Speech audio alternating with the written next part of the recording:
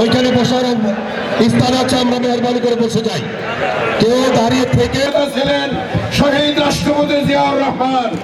জিয়াউর রহমানকে হত্যা করে এই দেশকে অনেক পিছিয়ে দেওয়া হয়েছিল। জিয়াউর রহমানের পরে এর নেতৃত্বে চলে আসছিলেন জিয়ার উপর অত্যাচারের স্টিম রোলার বেগম খালেদা জিয়ার উপর অত্যাচারের স্টিম রোলার চলায় বেগম খালেদা জিয়া। তারপরেও দেশের স্বার্থে কারোর সাথে আপোষ এসে সারা বিশ্বে আপোষহীন নেত্রী হিসেবে পরিচয় পেয়েছে। এই নেত্রী নির্যাতনের ভিতরে তার ছেলে আর বাহিরে আটকে রেখেছে। আমার ভাইরা, আমরা যদি ঐক্যবদ্ধ থাকি, আমরা যদি মিলেমিশে থাকি, তাহলে আসুন আমরা তারেক জিয়ার জন্য দোয়া করি, বেগম খালেদা জিয়ার জন্য দোয়া করি। আমার ভাই খান করে শহীদ রাষ্ট্রপতি জিয়াউর রহমানের কবরকে জান্নাতের বাগিচা বানিয়ে দাও। আয় আল্লাহ, শহীদ রাষ্ট্রপতি জিয়ার ছেলে কবরের বাসিন্দা, আয় আল্লাহ তার ছেলেকে দয়া করে জান্নাতি বানিয়ে দাও।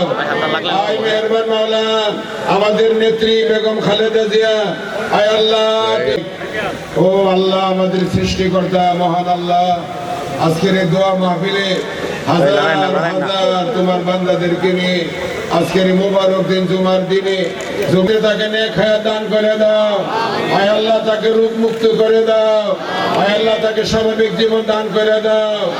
আয় মেহেরবান আল্লাহ, আয় মেহেরবান মাওলা, আয় আল্লাহ দয়া করে আমাদের রব্বায়ানি সগীরা রব্বির হামহুমা কামা রব্বায়ানি সগীরা এর জন্য কবুল করে নাও।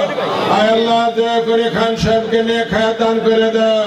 আয় আল্লাহ খান সাহেবের পরিবারকে দ্বীনের কাজ করার তৌফিক দান করে দাও, দেশের স্বার্থে কাজ করার তৌফিক দান করে দাও।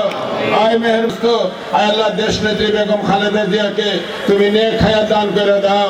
আমার খান সাহেব ভাইকে তুমি দয়া করে নেক হায়াত দান করে দাও। ওয়া সালামুন আলাল মুরসালিন ওয়ালহামদুলিল্লাহি রাব্বিল আলামিন। যে নেতৃবৃন্দরা এসেছে বিভিন্ন ব্যবসায়িক সংগঠনে, যে নেতৃবৃন্দরা এসেছে তারা এসেছে, সবাইকে অসংখ্য মুবারকবাদ, ধন্যবাদ। আপনাদের মূল্যবান সময় সুস্থতার জন্য আমাদের এই দোয়াতে অংশগ্রহণ করেছেন।